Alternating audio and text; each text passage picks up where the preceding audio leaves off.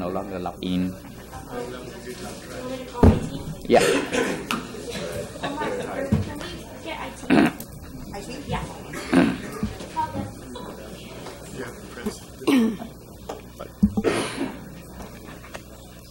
What's Saturday?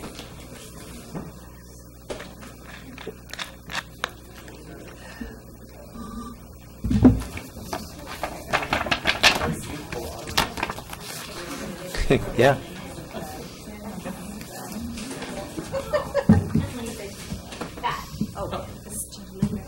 Is that City Council? I don't have like these buttons. Huh. Call him back in. Should I just log out and log back in? Meeting to order. For starters, we had 2 closed session items, but there's nothing to report. With that, we'll open up the City Council meeting, and Madam Clerk, if you'd like to call roll. Councilmember Beard. Here. Councilmember O'Neill. Here. Councilmember Tu Hao Win. Here. Councilmember Bowie. Here. Councilmember Klopfenstein. Here. Councilmember Kim Wynn. Here. And Mayor Jones. Here. Thank you. I'd like to ask Kingsley Okereke to lead us in the invocation, and then Councilmember John O'Neill, if you could lead us in the flag salute. Okay, please prepare yourself according to whatever faith you believe in. Our Heavenly Father, we ask for your guidance as we meet tonight to conduct business for our city government. Help us to keep in mind that we are here to serve the people, and enable us to make our decisions so that we may do what is best for all of the citizens of Garden Grove we represent. Amen. Please join me in saluting our great flag. Ready, begin. I pledge Allegiance to the flag of the United States of America and to the republic for which it stands, one nation, under God, indivisible, with liberty and justice for all. Thank you.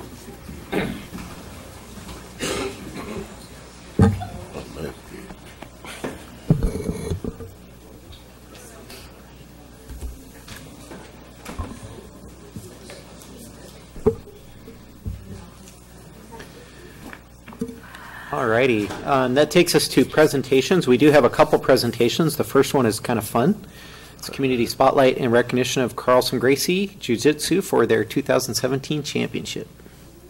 Yeah, Mr. Mayor, the City of Garden Grove City Council is pleased to recognize Carlson Gracie Academy of Garden Grove for its championship victories in 2017.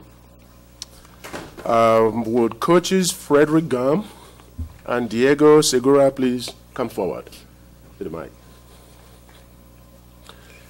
Frederick and Diego are both Carlson Gracie black belts who are passionate about the art of jiu-jitsu and teaching others their hidden benefits to children and adults. Carlson Gracie Academy of Garden Grove opened 3 years ago, and it offers highly qualified and quality Brazilian jiu-jitsu techniques in a safe and family-friendly environment. Last year, the Academy took home the 2017 season championship at the Jiu-Jitsu World League with its Super Championship wins from San Diego, Los Angeles, Orange County, Las Vegas, and San Francisco. With 247 wins, the Academy ranked #1 by the Jiu-Jitsu World League and received the 2017 Academy of the Year award. At this time, the Mayor and City Council would like to present Carlson Gracie Academy of Garden Grove with a certificate of appreciation in recognition of its many championship victories. Congratulations, Mayor. Thank you.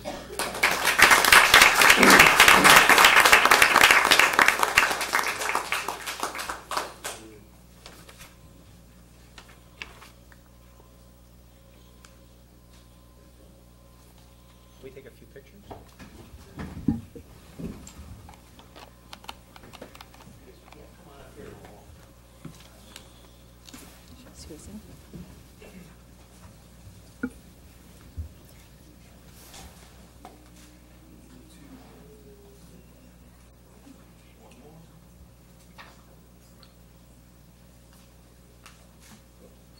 Congratulations.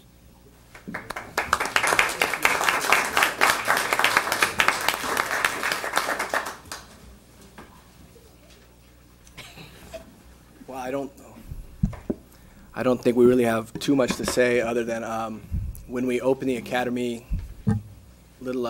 almost 3 years ago, I didn't expect to be here tonight. I couldn't have foreseen winning championship like we did so soon after opening, and this is largely due to dedicated students, families who bring them, our hardworking staff, and families that support us as well. So, and City of Garden Grove and all the residents who support us. So thank you very much.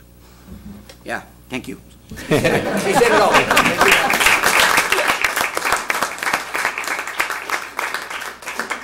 Big congratulations to you guys. We're certainly proud to have you in Garden Grove, and I want to thank our Planning Commission Chair, Andrew Kanzler, for bringing this to our attention about this accomplishment so that we could bring you in to recognize you tonight. So thanks. Move on to 1B, which is another exciting presentation about organic waste recycling. Honorable Mayor, Mayor Pro Tem, Council, the briefing today, or the presentation today, is on the organics waste recycling mandate. I'm going to briefly bring you up to date on where we stand as far as our compliant efforts. We've been dealing with solid waste laws, as you know, since 1985, 33 years of laws. And in that time frame, you'll see by this first chart that there's a new waste paradigm. I'd like to draw your attentions to reuse, recycle, conversion, and transformation, because that's going to deal directly with our subject of organics recycling. This new paradigm, as you can see, has been turned on its head. More emphasis is on waste prevention by product design and producer responsibilities, which doesn't really fall into the realm of organics, but it does play into the other recycling efforts. They also have defined components, elements. We now have source reduction and we have recovery. Recovery, of course, is our organics element. This next chart will show you why there's an emphasis on organics. Organics is 32.4% of the composition of statewide disposal. 29.1% is inert material. Inert material is basically construction, demolition, and debris, concrete, asphalt, things of that nature. So you can see why there's an emphasis on organics right now.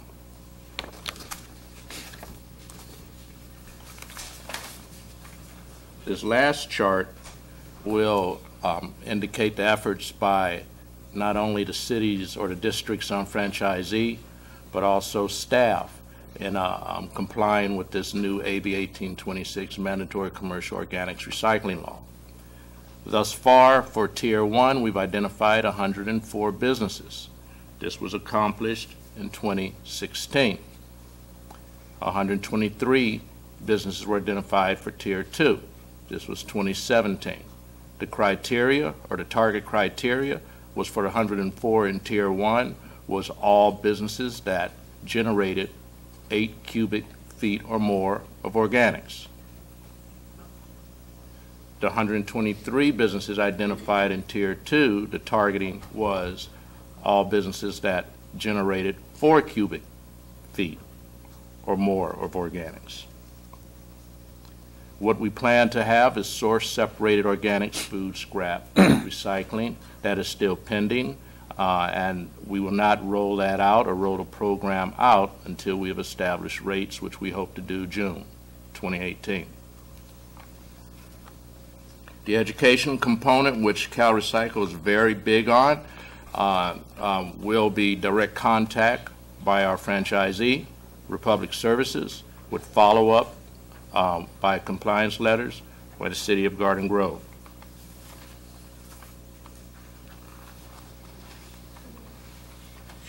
Now there's also a Tier 3. Tier 3 is a little bit different, however. Where the other two were concentrating on organics, Tier 3 is going to read as is. businesses that generate 4 cubic yards or more of solid waste, not just organics, but solid waste, will now be captured and have to have a organics collection program. That is definitely ramping up of the program. Now, there are options or alternatives for businesses to comply. One is self-haul. You'll see that a lot of our big box stores and our chain of grocery stores, this is what they practice, is self-hauling. Self-hauling is simply taking the materials, transporting it back to the generator or the manufacturer so he can reprocess it.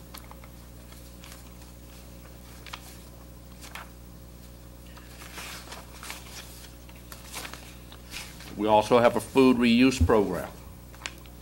That is also an alternative. All of these might be very palatable to the businesses because it's less evasive to the businesses. Food rescue means recovering healthy foods and making fast deliveries to those in need. This is the highest and best use of perishable products. We also have what's called Waste Not Orange County, OC, very popular. This is a food rescue coalition which will help in distributing this food to the needy.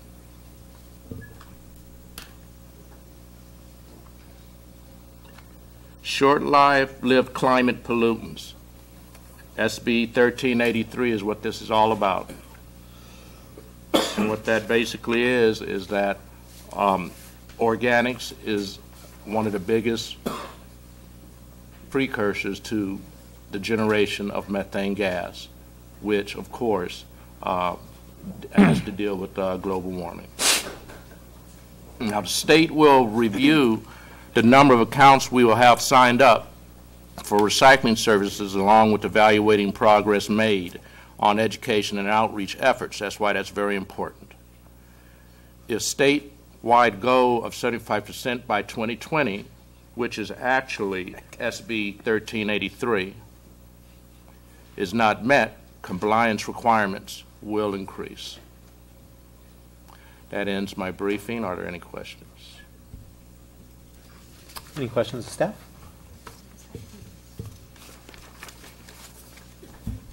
Mr. Mayor, this was just meant to be an informational session for the council and the public to kind of learn more about it, and we'll certainly be coming back to you with more information as the program and regulations change with it. So, thank you.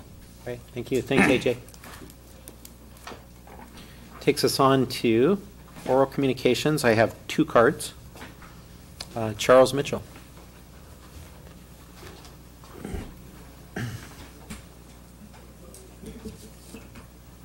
Good evening, Mr. Mayor, members of the council and staff. Well, it's that time of year again. Time to ask the burning question. How is your chili? Is it so hot that you have to wipe away the tears? The reason I'm asking is our American Legion Post is having our annual chili cookout. It's a chance for you to bring your own recipe and see how you stack up against other people's concoctions, let us say. And don't forget to bring your antacids. The event starts at 7 o'clock for registration, from 7 to 7:30. The cooking begins at 8 o'clock, and the tasting begins at noon. We'll have entertainment from noon to 4, and everyone is welcome to come. You don't have to make chili to come to our event. You're welcome to come and taste everybody else's chili for as long as you can stand it. So that's February 2nd on a Sunday. So I hope to see you all there, and hope you have a pleasant time and enjoy having a lot of good samples.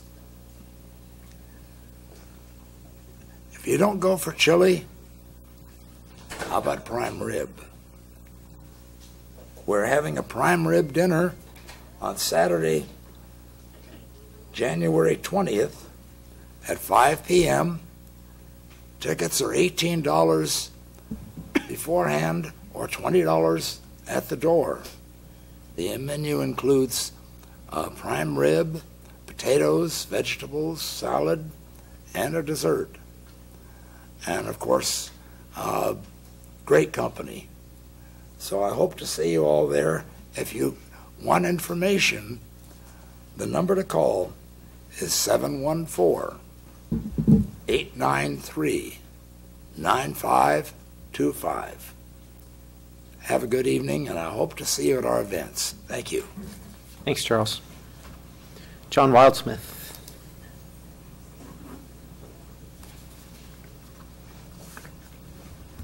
Good evening, Mr. Mayor, Council, Mr. Stiles, and staff. My throat. I wasn't included in the survey of 400, so I came here to personally give my opinion. Quite frankly, I have mixed feelings on the way Garden Grove is going.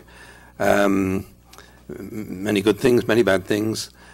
I came to Garden Grove about 40 years ago, and it was a quiet little backwater in those days, dotted with strawberry fields, well-manicured lawns, and neighbors that obeyed the municipal codes.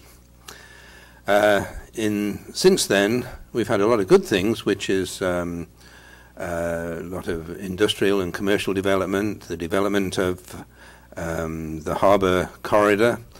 We have hotels there. Nickelodeon is coming in. We have the Great Wolf, etc. And Civic Centre, of course, we have cottage industries coming in, a Steelcraft Village, and of course Main Street being revitalised, especially if we manage to keep the west parking lot.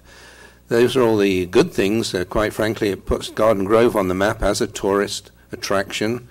It'll bring in a lot of Disney dollars as well, because people only go to Disney 2 days and then they have to go somewhere else. And I think this is a great place for people, visitors, to come and visit Garden Grove. And it will improve and improve in that respect. However, what about the residents of Garden Grove? I think this is the negative aspect from my point of view. I've noticed over 40 years that I've been here that the quality of life has been going down gradually. And I don't blame this administration. I think this has happened over a period of time, like I say, chiefly because of the lack of code enforcement. We have a lot of things that, a lot of codes on our books that are being abused. We still have marijuana being sold. We have on our books, we had a discussion in the last meeting of short-term rentals. There shouldn't have been a discussion which was about 50-50, as I remember, in favour and against. Those in favour are those that are profiting from it, and those against are those that were living next to it. Well, it shouldn't have been a discussion because they shouldn't have been there anyway. Other things that I've noticed, things like a lot of lawns have disappeared now, concreted over for parking lots. I've seen as many as 13 cars parked in the front. So how many people are living at that house, for instance? I've noticed our strip mall parking lots also are getting really filthy. I notice as I happen to visit opposite on Brookhurst, opposite El Pollo Loco, on the east side, very filthy that place is. Even on the other side where CVS is, a lot of trash and garbage on the ground. I've noticed also there's a lot of rat traps there, so there's obviously a reason for those. Smoking in restaurants is something that I just can't get over. Is the fact that there's certain restaurants I like to visit, people are smoking in there. I shouldn't have to tell people that you cannot smoke in a restaurant in California, but people do. So that is, my chief complaint as to why I think the quality of life in Garden Grove is going down. The point is that people can come and stand at this podium and talk to the council and the staff, of course, but there's never a discussion. And I understand why there's no discussion, otherwise it would end up in a brawl, I guess. But I would love to see, and I've said this so many times before, I'd like to see some sort of a forum whereby council, staff, and members of the community can discuss these things, sensibly, so that, everybody fully understands where we're coming from and why people feel that way. There's a lot of social media, various organizations. I know I belong to GGNA, of course, and we have Dishler's Complaint Box, and the West End. There's all sorts of social media groups.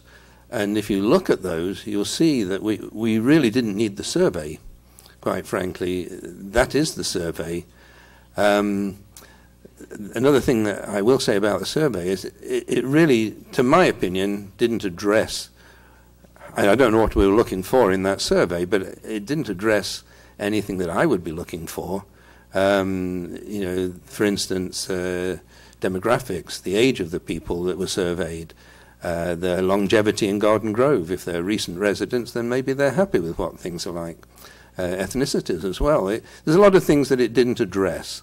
And therefore, I think there's another good reason why it would be good to have some sort of a forum. There are a lot of people that are leaving Garden Grove, believe it or not. I just went to visit one person today that's leaving Garden Grove. So people are not happy with Garden Grove.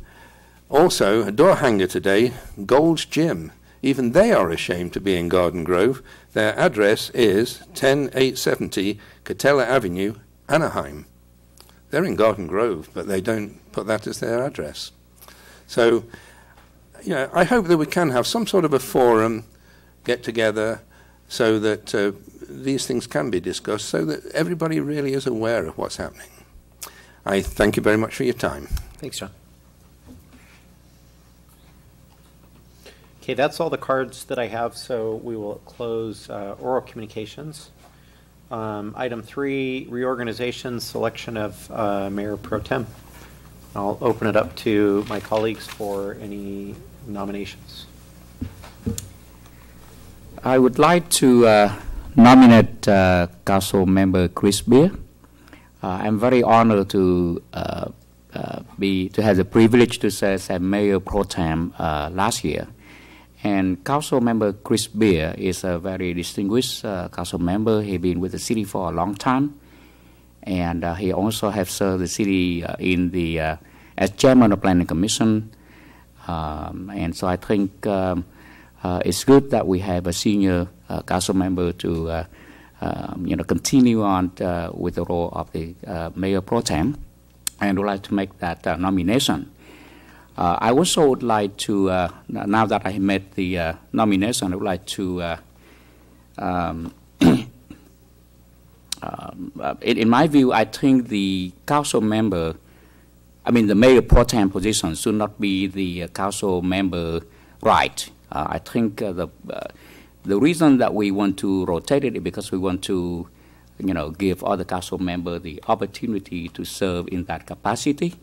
But I think it should not be based on the right. I think it should be at the council member to vote and to appoint someone who they think are the best person to serve for the years. And I don't think there need to be a limit. A council member can be a Mayor Pro Tem, for a couple of years if the council think that is a good thing to do. But I think in this particular years, I'm very honored to nominate Council Member Chris Beer. I think he deserves it, and he would be a very good, Mayor Pro Tem for us. Thank you. I'll second that. Any other discussion or any other nominations or anything? Well, I want to thank you for your kind words, Mayor Pro Tem. I appreciate it, and I hope to fulfill the position in the same capacity as you did over the past year. And with that, I just want to thank you for your kind words. Can we call the vote?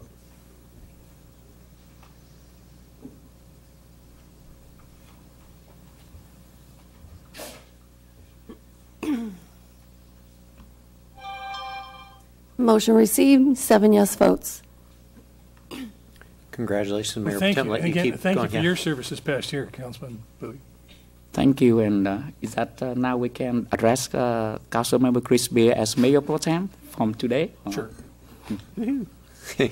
Thank you again. Awesome. Congratulations. We will now recess and conduct successor agency business.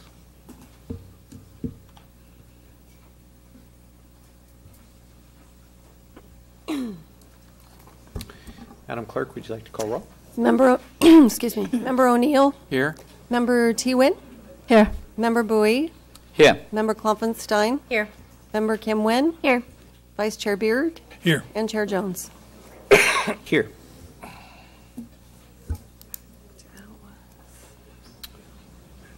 So we already did oral communication simultaneously with the other agency, with City Council. So that moves us on to reorganization, selection of chair and vice chair.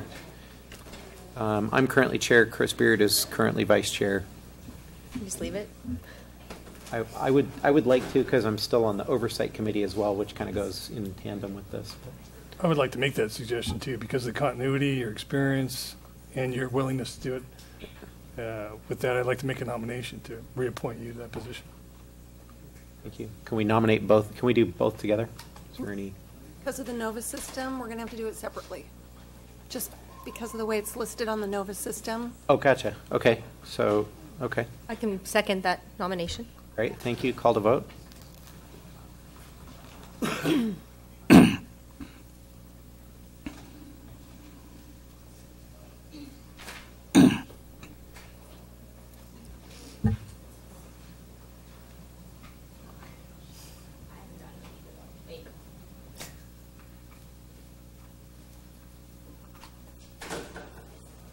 Motion received, 7 yes votes. Thank you. I appreciate it. I would like to nominate Chris Beard to continue serving as. Thank you for vice- the offer of nominating me. But in the spirit of giving opportunities to other council members, I'd like to see if there's any other council member that would be willing to take that on. I would volunteer to be the vice chair. I was willing to do that too, vice chair of that, so.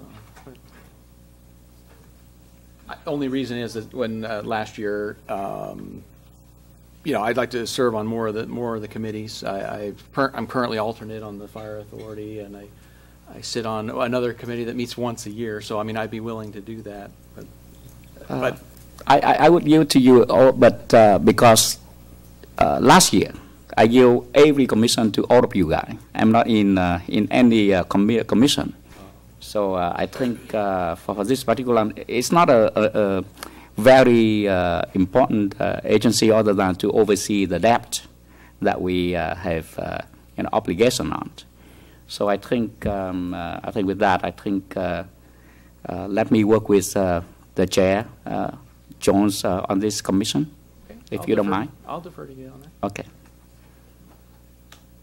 With that, I'll nominate Councilman Bowie. Thank you. Thank you. Second. Call to vote.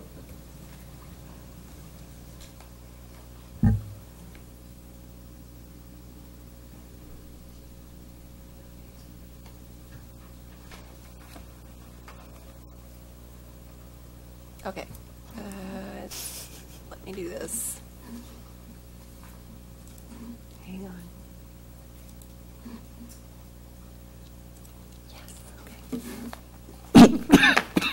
Oh, it's coming up now.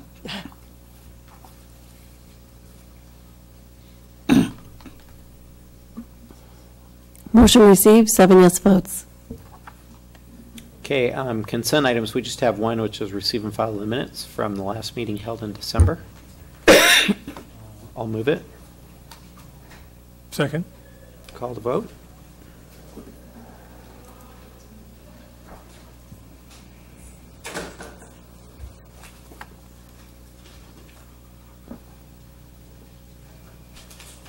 Motion received, 7 yes votes.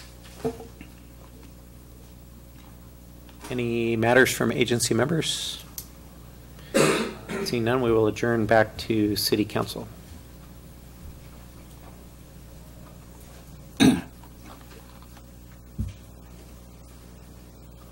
which takes us on to consent items number 4A through 4E.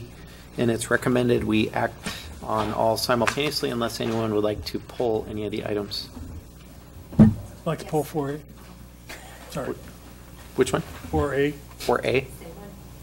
Okay, we'll pull 4A. Can I get a motion for the balance? I move the motion. Second. Call the vote.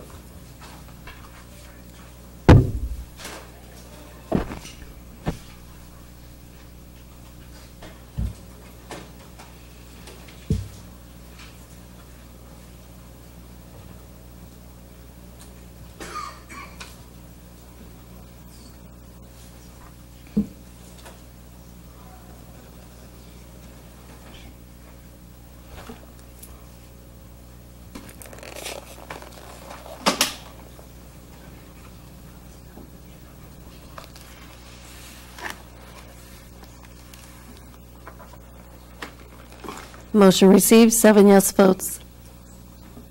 Thank you, which brings us back to 4A, and either of you who pulled it are welcome to comment.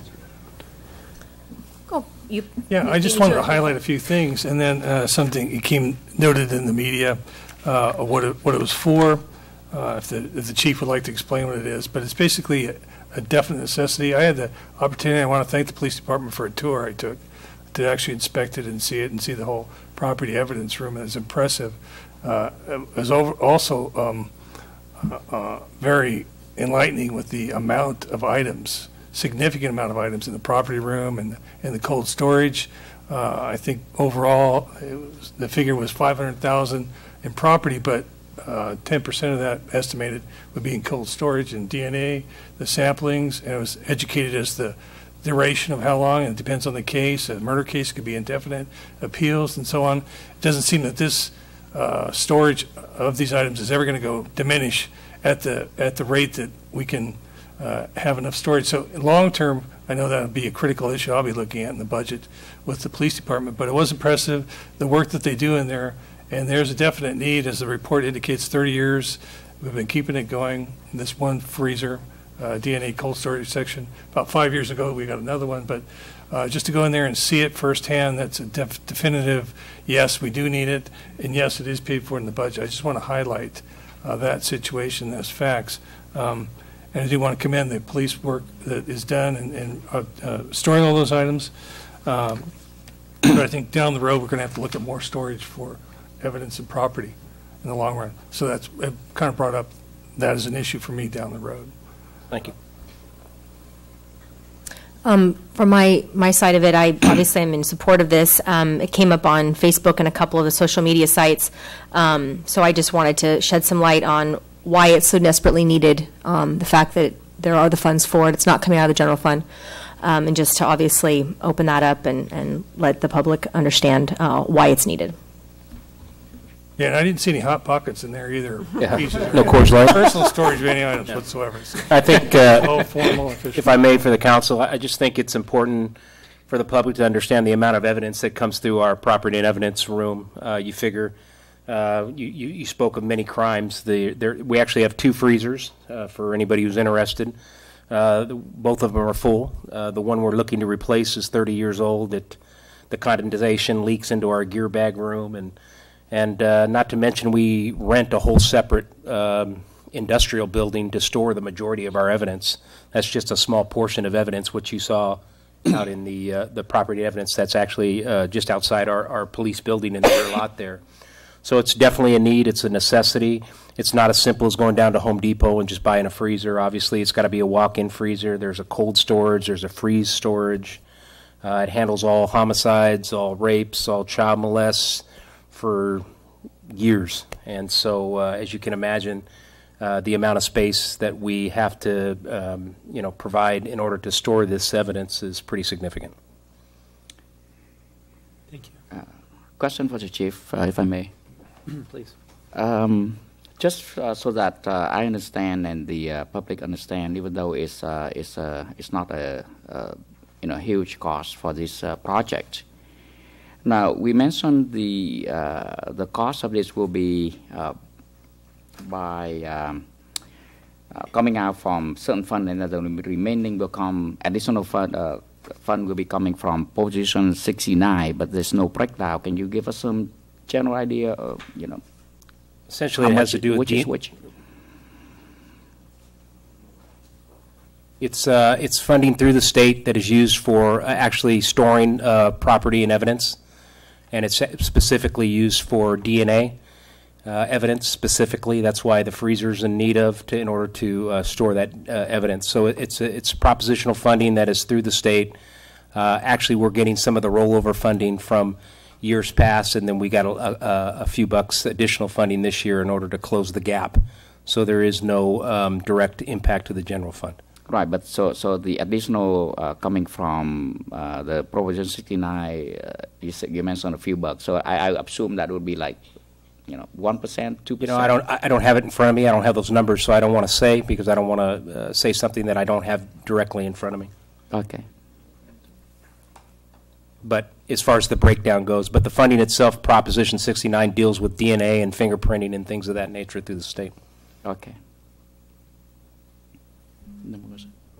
Thank you. Do I have a motion? Motion. Second. Call the vote.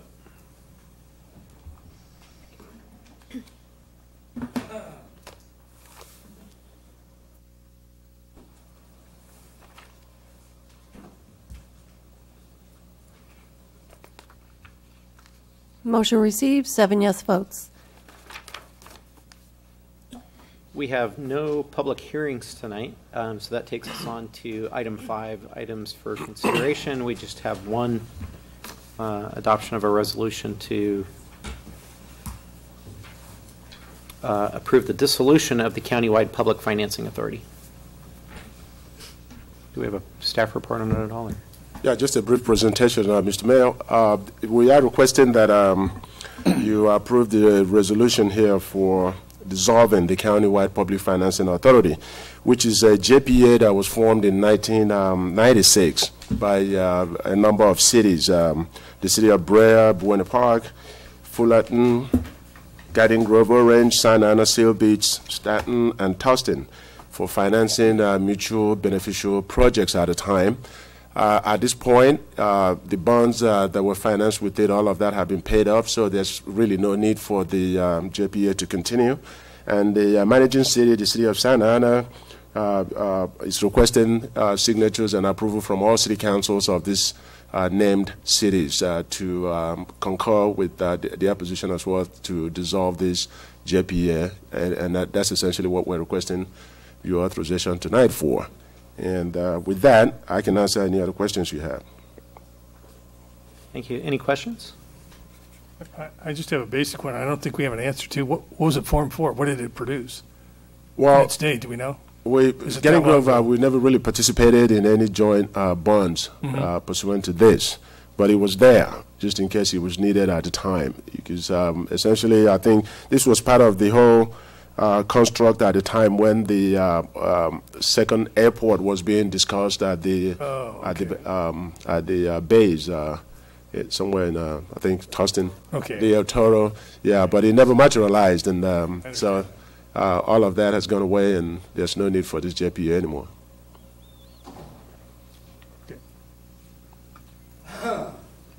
Motion? I'll move adoption. Second. Call the vote. I'm sorry, who seconded? Second.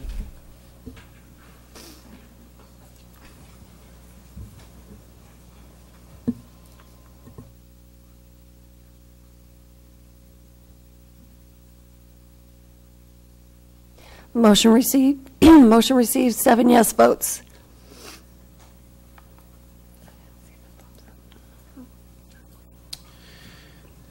Thank you. Okay, and that moves us on to matters. Any matters from council members? Came up quick. Are you going to adjourn the meeting? What's that? Oh, yeah, absolutely. Okay, and then absolutely. certain honor. Okay. Again, thank you for the honor of serving as your mayor pro tem.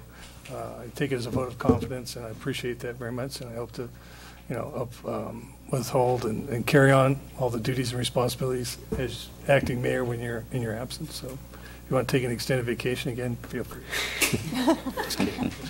Welcome back, by the way, Mayor. Thank you. Well, I just hope that everyone had a great New Year and have a healthy and prosperous 2018. Just wanted to remind everybody, if you need any information on the city, we have a great website. It's praised by other cities about being a really good website. There's also a Garden Grove app that has a lot of your questions that you have as far as code enforcement and stuff. If you go to that app, you see something, you can send that out right away, and it goes right emailed to the right person, and it'll get taken care of right away. So don't be afraid to use the app.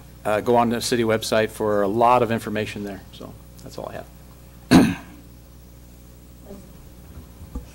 I just want to wish everybody a happy new year as we get to 2018. Congratulations to Mayor Pro Tem Chris Beer. And we're looking forward to working more with you, right?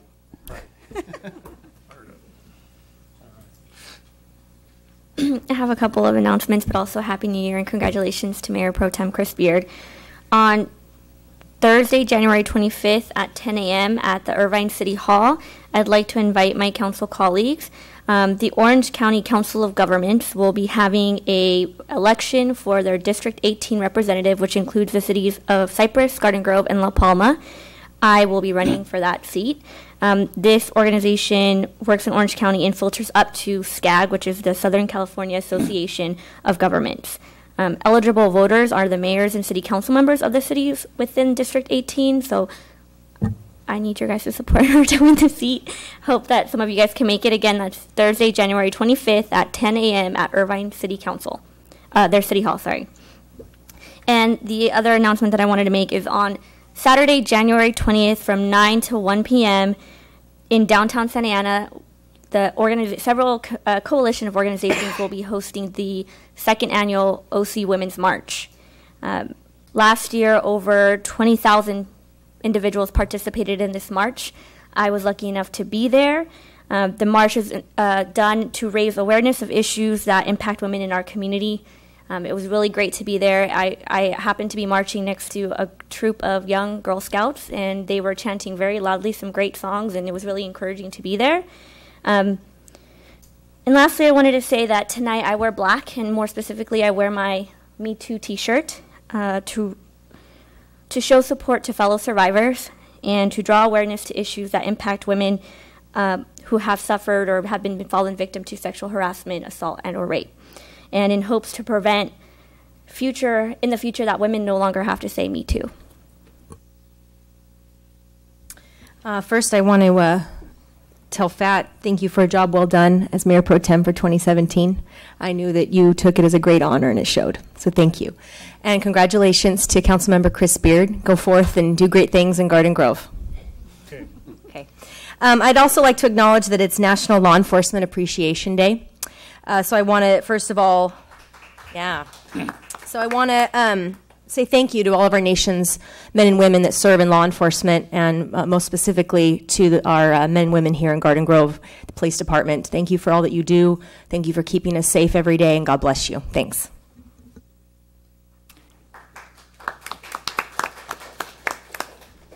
I would like to thank you, the mayors, and my colleagues for your support and your trust in me over the last years. It is an honor and privilege for me to serve as Mayor Pro Tem, and you're right, Council Member Klopfenstein. I truly appreciate your support and your trust. And a big congratulations to our new Mayor Pro Tem, Chris Beer. I look forward to work closely with you and advance our city agenda forward. 2018 is a very promising year for Garden Grove, and we have a few challenges to overcome. But overcome that could bring a lot of reward for us. We have a couple of very good projects that our mayor is spearheading, and I will let him to talk about that when the time comes. I really enjoy working with you, and I'm stepping into mainstream politics because I want to give back and I want to serve everyone. And thank you for an opportunity to pursue my passion of serving every one of you. Thank you very much, and I wish everyone a happy New Year's and a prosperous life. Thank you. I have several comments, but I'd like to defer to the city manager first, if you can go, and then I'll close off. Absolutely. Thank you, Mr. Mayor, members of council. Just 3 or 4 things I wanted to quickly mention. Thankfully, we're finally getting some rain all day today, tomorrow. We just don't want to get too much rain all at once. We've seen some of the other cities in our area that are really struggling right now with mudslides and other stuff, so it's definitely a serious situation.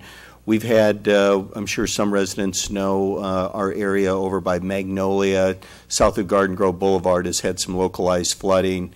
Obviously, our staff are well aware of that. The street is closed right now. We'll try to get that open as quickly as possible. It's where there was some construction work going on there, so we'll be staying on top of that as much as possible. I was just talking to our staff just a few minutes ago about it.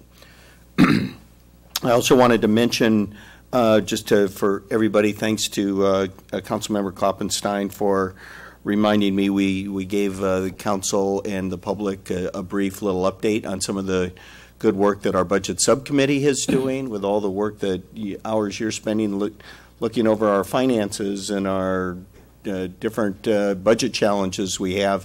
And we gave the council members and the public a little brief 2-page overview of what that was, what that's entailed so far, and what's to come. That was in our weekly manager's memo last week. I do want to also mention, and thanks to the council, a year, 2 year and a half ago, you funded, when you funded the bonds to be released for the building of our new fire station, it also included a nice renovation, a much-needed renovation of our police records section at our public safety building. So for members of the public, council members, if you haven't been over there, if you stop over and walk into the front door of our public safety building, go into the records section, it's a nice open-air facility now for the public to get the information that they need.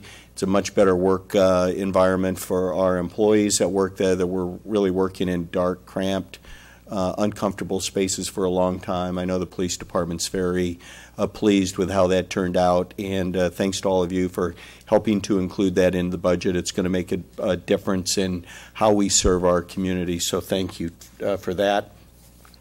And the last time I wanted to mention was related to one of our speakers in the beginning, who spoke about a community forum and how do we engage more people in what they think about our priorities. And so we have, as you know, we commissioned a preliminary survey of some of our residents to find out what some of their priorities are. What do they think is important? We don't presume to understand exactly what's important to the community.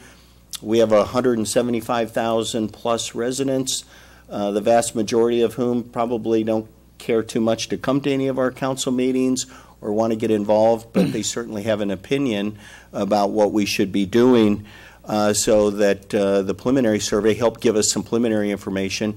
And we're going to start kicking off some online things. We're going to kick off a quality of life community conversation. Join the conversation about for citizens to tell us what's important to them in their community, so that they can log on online and tell us what's important to them and help us understand what's important to the community.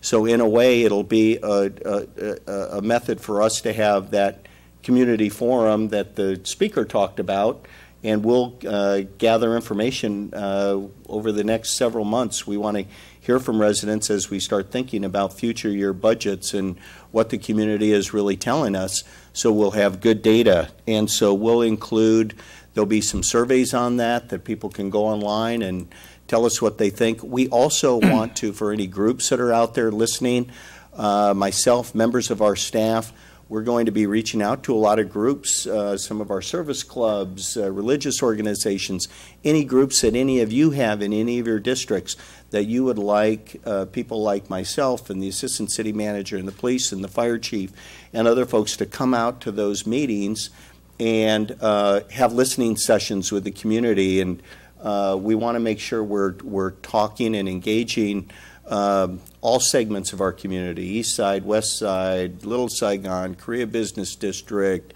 young people, older people, everybody in between. So that's what we're spending a lot of time doing, and so we'll share with you when we're finalizing kind of a link on our webpage that people can go online and share their opinions with us and give us input that I think will really be important for us.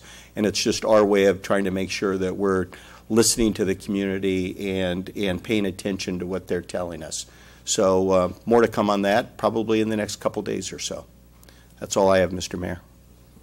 Thank you. I have 4 different things. So just for starters, I want to personally commend, it's been said, but I want to personally commend Fat Bowie for your honorable service as Mayor Pro Tem in the past year. You have a very strong natural sense of fiscal responsibility in your approach at managing the business of the city is very commendable. So it does not go unnoticed. I want to thank you for all your hard work and efforts, and please continue to keep that up. You're kind of a steady drumbeat, keeping us focused on challenging everything we do and making sure that it's done with that conservative sort of fiscal responsibility for the benefit of the citizens, so we appreciate that. And congratulations to Mayor Pro Tem Chris Beard. I look forward to working closely with you over this next year and seeing what we can accomplish together. So second, I'd like to just monologue for a minute about SCAG. This is unsolicited, so I'm going to embarrass Kim, but I think it's worthy of talking about this. SCAG is a unique organization, Southern California Association of Governments, funded largely through OCTA contributions, and we have not had very active representation on SCAG in many years, although they do a lot for us, right? So they've provided grant funding for our open streets events, for bicycle and pedestrian master planning, all things active transportation. They without really our direct involvement, they commissioned a study previously on the Pacific Electric right-of-way, which you may or may not know, but the Los Angeles County is contemplating bringing rail all down the PE right-of-way to the border of Orange County. Potentially someday there could be a connection from Santa Ana directly to downtown LA along that route through some sort of future visioning, and whether that's at grade or above ground or below ground, who knows. But there's a lot of things that SCAGR is involved with that are very innovative and very cool and very relevant to a lot of our initiatives as a city council that we've directed staff about, primarily including active transportation. So Kim is our selected person to serve as the city's rep for SCAG, but she's not on the board. There's apparently an opening, and I think it's because Steve Wangbo in La Palma, is he La Palma? Yeah, terms out or something like that, or he's finishing his term.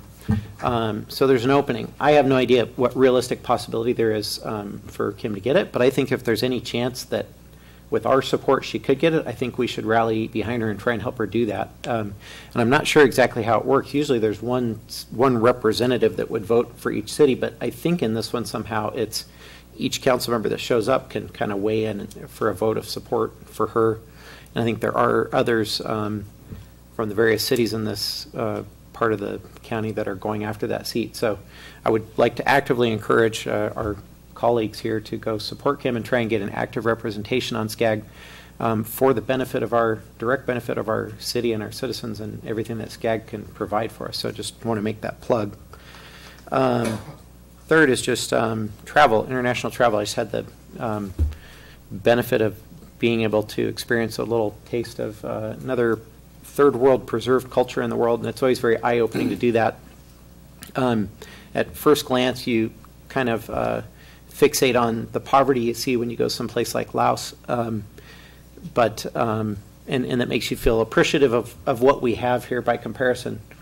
When you scratch beneath the surface on that, there's a lot of other things you learn as well. So there's a culture of very warm and welcoming people over there who are very happy and content and seem to live a lot with less stress than we do, despite what they have and what we think we have. So it's an eye-opener. A seemingly lawless country where people don't obey red lights or green lights. They just go, and traffic is sort of willy-nilly, but somehow it works.